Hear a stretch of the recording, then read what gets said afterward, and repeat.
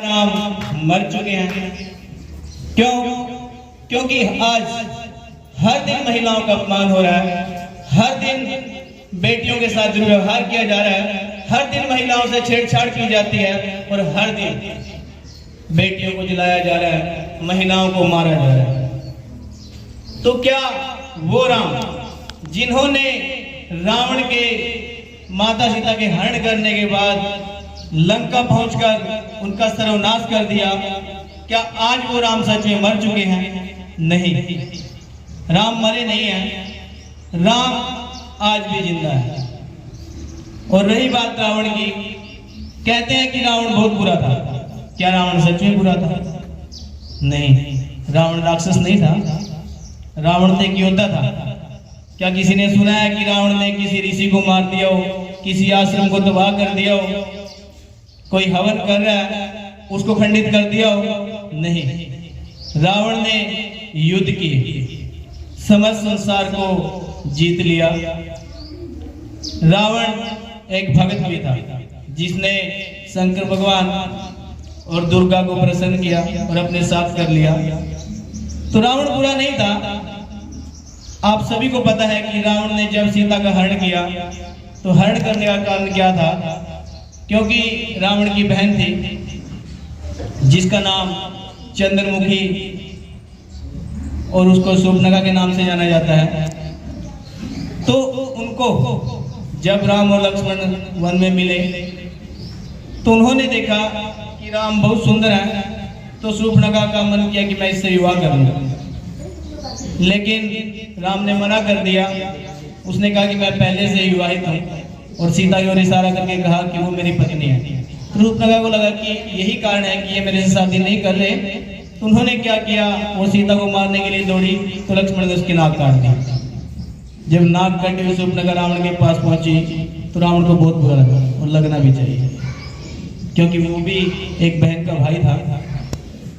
जिस भाई की बहन की नाक कट गई हो और वो हाथ पे हाथ रख के बैठा रहे, तो ऐसे भाई होने से भी कोई फायदा नहीं है।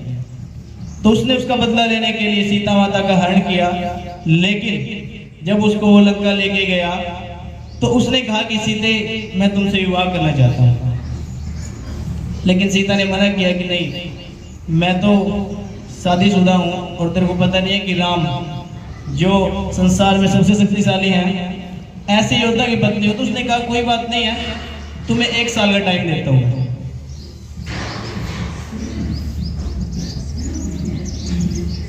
तुम्हें 1 साल का टाइम देता हूं।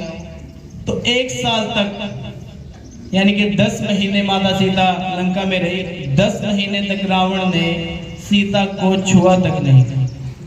लेकिन आज जो रावण आज के संसार में, आज के समाज में है, वो आप नहीं, हम सब हैं। इसमें मैं भी हूं, आप भी हो, सारे के सारे रावण हैं यहाँ। और रावण भी नहीं कहेंगे हम तो रावण से भी ज्यादा खतरनाक है, रावण से भी ज्यादा खतरनाक, क्योंकि हम 1 सेकंड का टाइम भी नहीं छोड़ते किसी का अपमान करने से, किसी को छेड़ने से। तो क्या हम कह सकते हैं कि रावण बुरा था? रावण से ज्यादा बुरे हम हैं। और रही बात राम की, राम हम सबके मन में बसते हैं। अगर हम कोई बुरा काम करते हैं तो हमारे मन में एक बार जोर आता है कि नहीं, ये काम बुरा है, ये हमें नहीं करना चाहिए। वो है राम जो हमें ये बताता है कि नहीं, ये काम अच्छा नहीं है, ये काम बुरा है। वो राम है। लेकिन हम क्या करते हैं, राम को अनदेखा करके रावण की ओर जोड़ देते हैं कि नहीं, कुछ नहीं होता, ये काम करना है।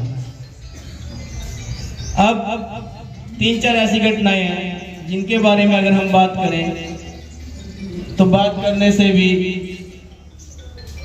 ऐसी ग्लानि महसूस होती है। 2012 में दिल्ली में निर्भया कांड हुआ।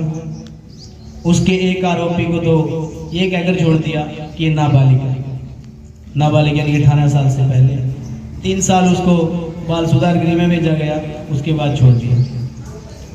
उसके बाद 2018 में जम्मू कश्मीर के कठुआ में एक 8 साल की बच्ची को मंदिर में बंदी बनाया गया, उसके साथ दुर्व्यवहार किया गया।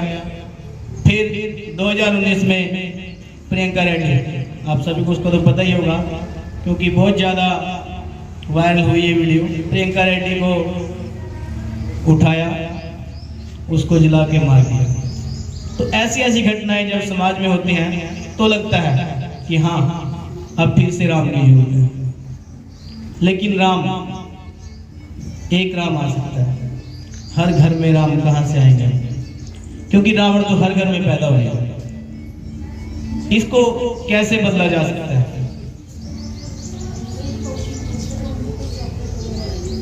ये जो रावण है, इनको कैसे मारा जा सकता है?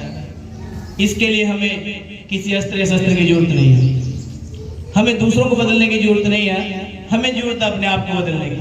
कि हाँ, हमारा मन क्या कहता है। जो हमारे मन में अच्छे विचार आते हैं, हमारा फर्ज बनता है कि हम उनको ज्यादा महत्व दें, न कि जो नकारात्मक विचार हमारे मन में आते हैं उनको। राम क्या थे? राम, क्योंकि आप सभी ने रामायण सुन रखी होगी, पढ़ रखी होगी। आज आपका क्विज भी है, तो आज तो सारे पढ़ के आए होंगे। तो राम क्या थे? राम अयोध्या के राजा दशरथ के पुत्र थे। जब पता चला कि सुबह राम का राज्याभिषेक होना है, तो नगर में खुशियां छाई हुई थी। लेकिन सुबह सुबह राम को बुलाया गया। राम पहुंचे, पता नहीं क्या बात होगी। जब वो पहुंचे तो उन्हें कहा कि भाई ऐसा कर, ये जो राष्ट्रीय वस्त्र उतार दे और साधुओं वाले कपड़े पहनो और वन को जाओ। तो राम को न तो राजा बनने की खुशी थी और न वन जाने का दुख। ये थे राम। जब राम बेचारे चल दिए वन को, तो उनके पास कुछ नहीं था। वो चप्पल थी जिनको खड़ाऊ कहते हैं, खड़ाऊ पहन के चले गए। 3 महीने बाद वहां पर पहुंच गए। अरे चप्पल भी दे दे भाई, वो भी ले आए, बेचारे रह गए। जब राम वन में पहुंचे, उनको पता था कि भक्त के कारण मुझे वन भेजा गया, लेकिन भरत वहां नहीं थे। भरत उस टाइम अपने नाना के वहां गए हुए थे, एक गए। तो वहां पर उनको तो ये भी नहीं पता था कि अयोध्या में क्या चल रहा है, क्या नहीं चल रहा है। तो जब वो वन में गए तो वन देवी प्रकट हुई, क्योंकि विष्णु के अवतार थे। तो उन्होंने कहा कि हे श्री राम, मैं आपकी क्या सेवा कर सकती हूँ?